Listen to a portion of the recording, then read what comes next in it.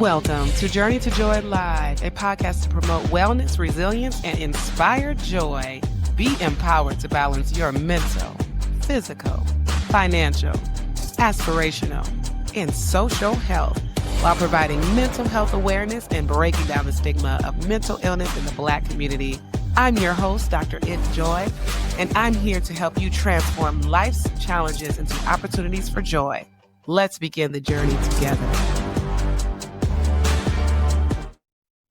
Hello, everyone. We are in episode 159, just moving on up week after week, Thursdays at 7, Journey to Joy Live. And this episode is Your Inner Voice is Not Your Anxiety.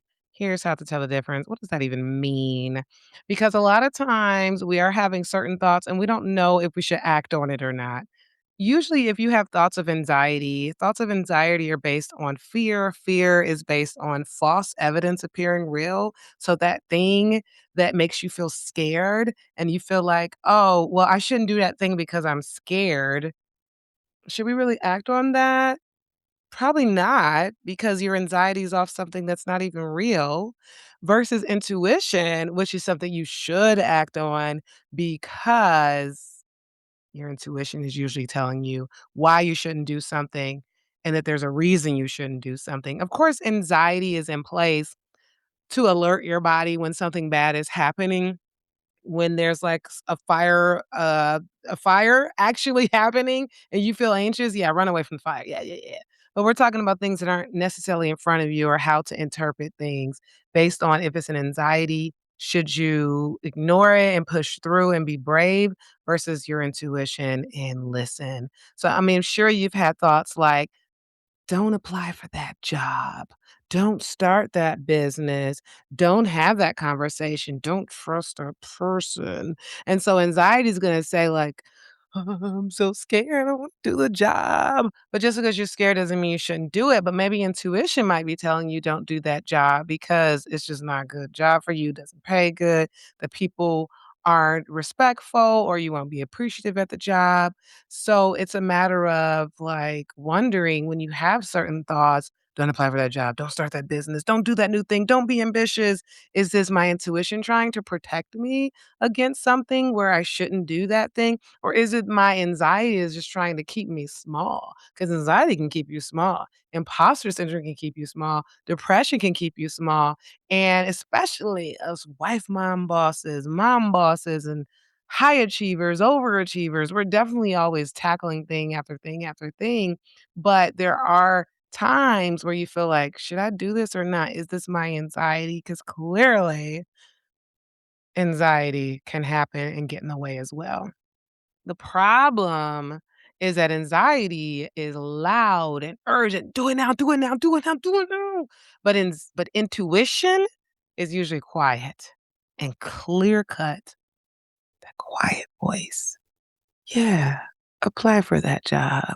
Versus, you gotta do that now. You gotta speak to that person now. Do it right now. And I'm like, whoa, okay. Uh, if I feel so anxious to do that thing now, why is it such a rush? So, just going through different points here, like of how to tell the difference between your own intuition and your hidden anxiety or your loud anxiety. Anxiety sounds like fear. Anxiety is fear, so it sounds like fear because it is fear. And intuition sounds like wisdom. It's that quiet voice, that subtle voice, that non-rushing voice that says, do that thing or don't do that thing. Anxiety is like, what if everything goes wrong? What if I fail? What if they reject me?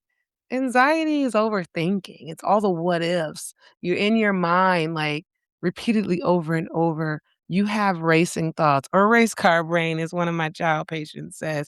And it's like racing and constant, and you can't even figure it out. It's like a highway.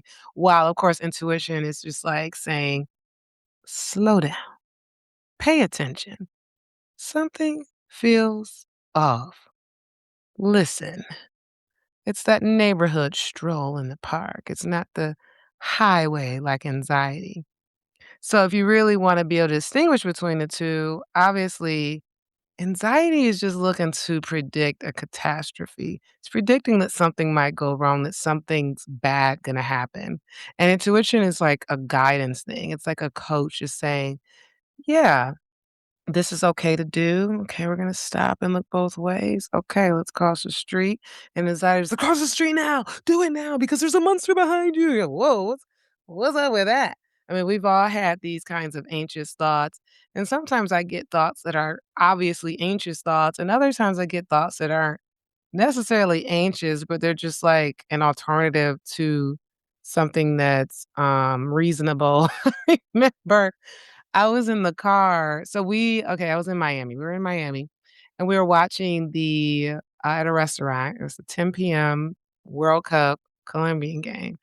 And my sister and I got too tired. We're like, okay, I think they went to overtime. That's what it was. They went past the 90-minute mark. I was like, I can't wait another 7 minutes. So we're like, we're gonna go sleep in the car. It's like midnight at this point.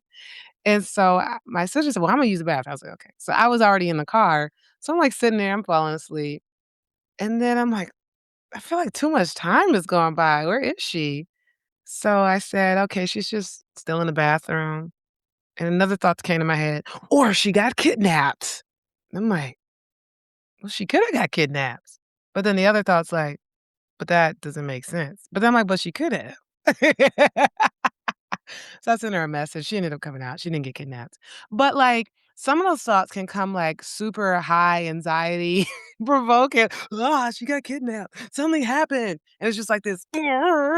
But like that's, you have to pay attention. And a lot of the patients that I see have anxiety, have racing thoughts, have constant worries that they can't control or excessive worries that they can't stop. And so if it's just constant, that is anxiety. Sometimes people feel like intuition is just like, I just can't get over it until I do that thing. Well, now you're talking about obsessive compulsive disorder because obsessive compulsive disorder is like this intrusive thought, is unwanted, and you can't stop thinking about it until you do the thing. Is the thing is making you do a compulsion? Is the thing it's making you do something that's not even healthy or helpful? So just think of anxiety as this like urgency thing, this thing that's making you feel nervous. I mean, it's also, for the most part, not based in reality. Not to say you're psychotic, not in that sense, but it's just not, you can't find evidence behind it. Again, a lot of people say fear, FEAR, stands for false evidence appearing real. It's false evidence. The evidence not there. Where's the evidence behind it? Find the evidence. And for intuition, you can, say like, well, intuition is kind of similar because that's why it's intuition. It's not really based on anything, but you should be able to find some growing evidence behind the reason why you should do that thing if it's an intuition. And again, it's slow. So ask yourself, is this voice warning me about a real danger or is it some imagined future? Again, there's the anxiety that is a disorder. And then there's that little bit of nervousness, that red flag fire alarm that needs to go off when there's something bad about to happen because we get anxious for a reason. Our bodies are supposed to go off and tell us, fight or flight, let's fight or let's flight. But when it is going off and there's nothing going on that's making you feel anxious, it's kind of like, oh, okay, that's a disorder. If it's a disaster movie in your head, that's probably the anxiety. Good, calm wisdom, guidance of intuition is not going to make a disaster go off in your head. So, number two, anxiety creates that urgency, and intuition creates clarity. Anxiety is like, do it now, do it now, do it now, decide now, text them now, quit now. Oh, panic now. Oh, if you quit now, you're not able to think before you act, think before you speak, think before you send that email, think before you send that text.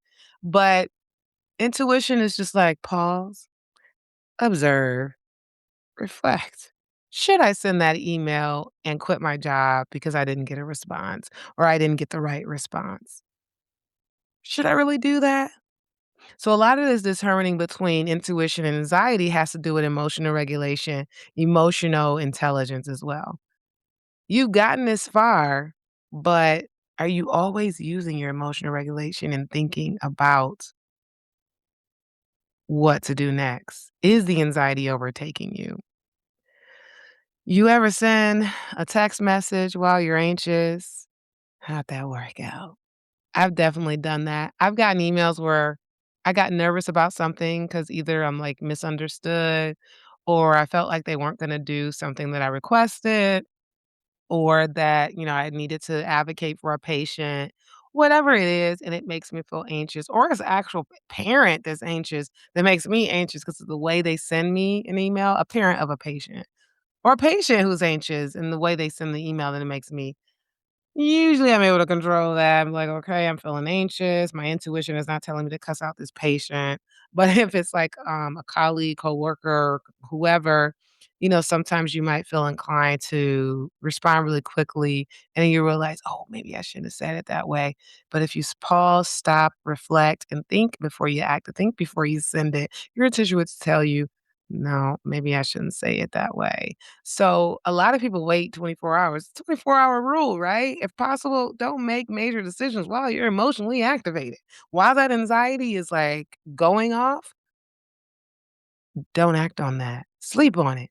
See if the message remains tomorrow. See if you still feel that way. Number three, anxiety gets louder. Intuition gets clear. So the more time goes by, you haven't made that decision, anxiety is just like louder and louder and louder. Do this. The OCD, the obsessions, louder, louder, louder. The intrusive thoughts, louder, louder, louder until you do that thing. Anxiety just keeps repeating. You're overthinking. What ifs over and over and over. While intuition is just more often like arrives as a knowing, a nudge, kinda like a feeling of alignment where you're just like, "I got this." There's a couple of burnout stories that I have where I had to decide anxiety versus intuition. When I was in my triple board residency program, I definitely had a lot of burnout, a lot of stress, a lot of anxiety. A lot happened around that time. I was very burnt out. I decided at that point that I liked psych more than I did pediatrics. Pediatrics was very hard, just mentally and physically. And, it was just my dream to go into the triple board. That would have been me being a pediatrician, adult psych, and a child psych. And so I said, how do I leave this program when I worked so hard to get my number one spot? Number one spot in 19, it was only 19 spots in the country, and I got my number one. How do I leave this program? And it really wasn't like this urgency, leave, leave, leave. It was just like this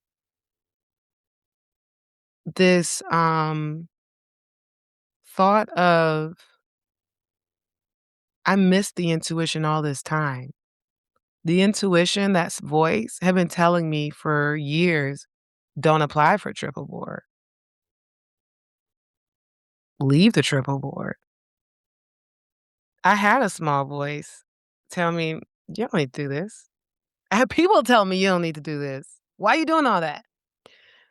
So it was the burnout that led me to kind of sit back and realize, no, this isn't for me. So it was one of the hardest decisions I made to leave that program, but it was the best decision. So just sitting and reflecting, obviously, if you're spiritual, you're Christian, praying about it, fasting about it, reading the Bible, devotions, all those things. But you don't have to be someone who believes in a higher power to have intuition. Sit with yourself, reflect. Get my journal. Oh, this is a good segue into that. The Enjoyno, Nurturing Authentic Living. It's a therapeutic journal with hundreds of positive affirmations and self-care tips and therapeutic worksheets.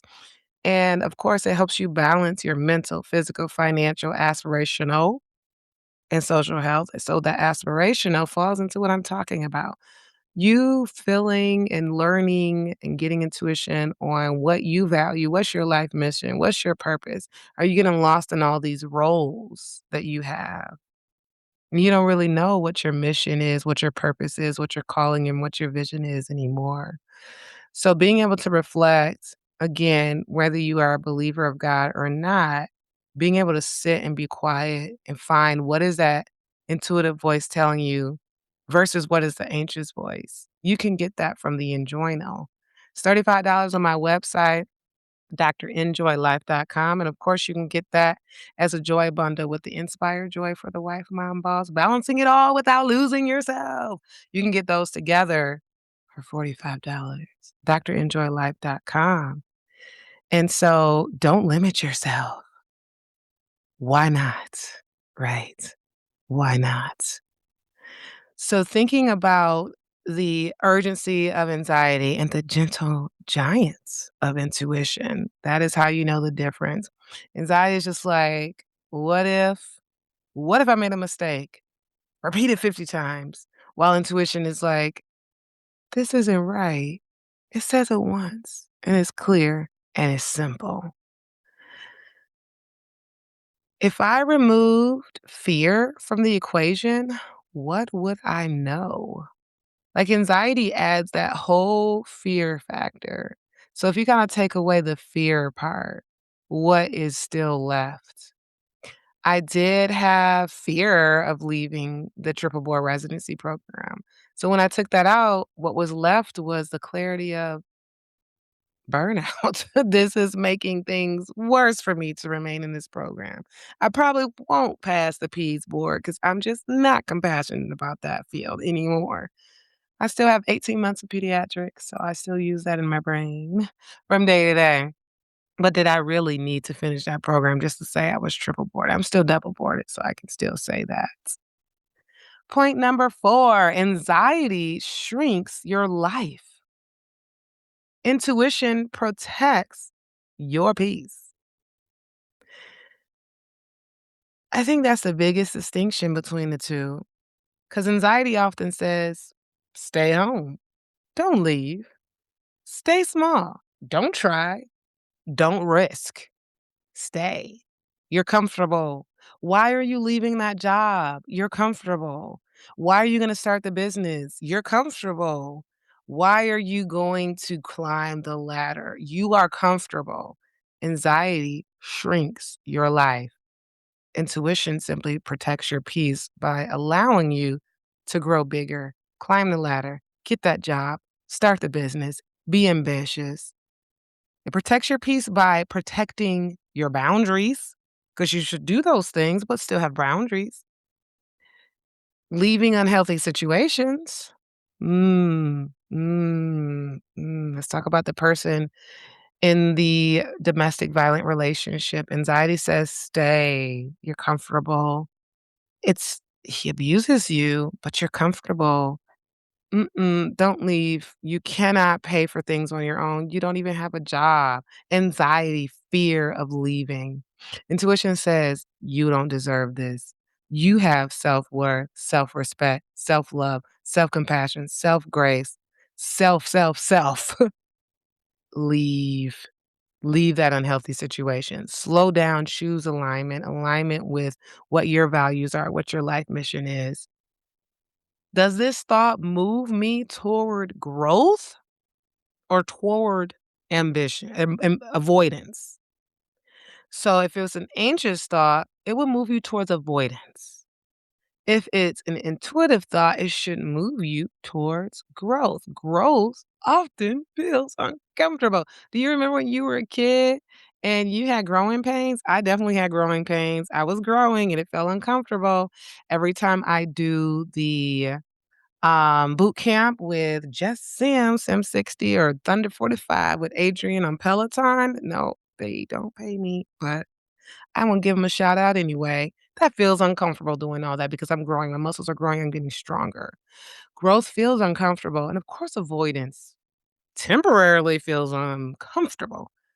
Avoidance feels comfortable, right? Because you're going to avoid that thing just so you can be comfortable. I just feel good right here. I'm not going to do that thing.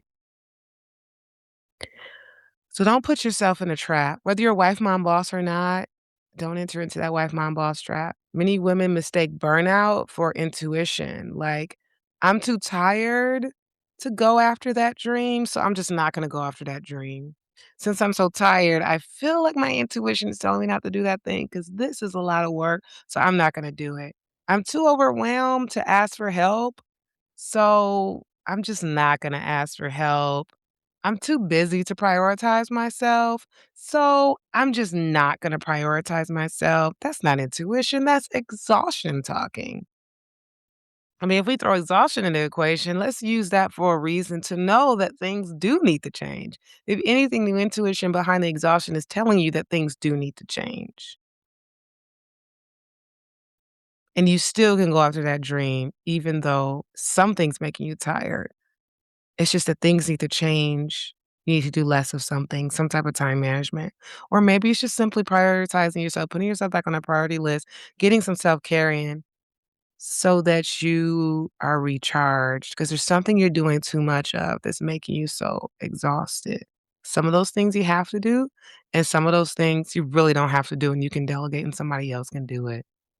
So the next time you have a fearful thought, just ask, is the voice urgent, like anxiety, or clear, like intuition?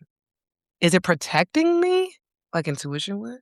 Or is it limiting me, like anxiety would? Is it based on evidence, like intuition, or based on fear, like anxiety? Your inner voice was designed to guide you. Anxiety was designed to protect you and stop you from doing things based on something that's fearful. So if the evidence shows that there's a real fear reaction, sure, sure. The goal isn't to eliminate the anxiety, it's to stop letting it be the loudest voice in the room. And if you're someone who's actually hearing voices, this is the psychiatrist out of me now. If you're actually someone who's hearing voices that you realize others can't hear, it sounds like an actual voice that's talking to you outside of your head and others can't hear it, see me, see a psychiatrist, not just a therapist. Because usually if you're hearing a voice that's scaring you, making you feel distressed, alarmed, affecting sleep, affecting work, social occupational impairment, that does require medication. Now, if you're hearing voices and it doesn't affect your sleep, it doesn't affect your relationships, it's not affecting your occupation or what you do and not making you feel scared or distressed, and it's not that often, you don't need a medication, but still come see me and let's talk about it. Let's see what's going on.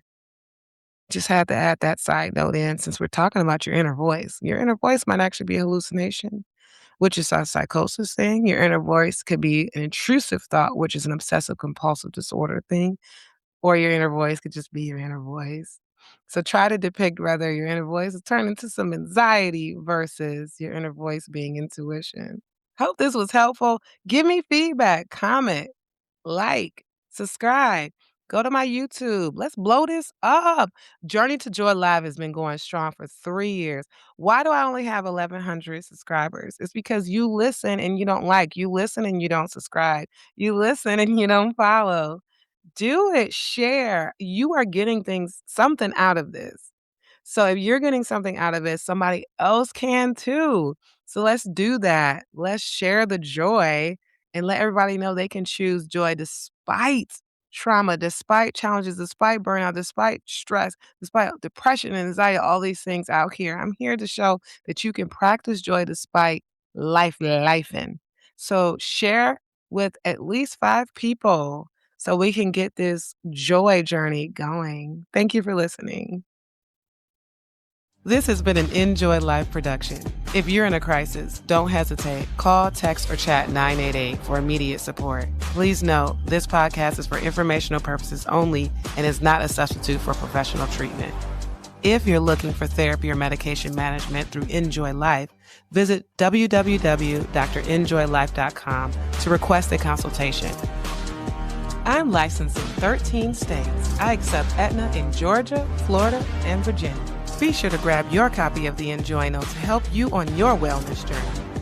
Also check out Inspire Joy for the wife, mom, boss to help you balance it all without losing yourself. Better yet, get the full Joy bundle for just $45. Remember, Journey to Joy Live is every Thursday at 7 p.m. Thank you for joining me, and until next time, may you continue to transform stress into joy.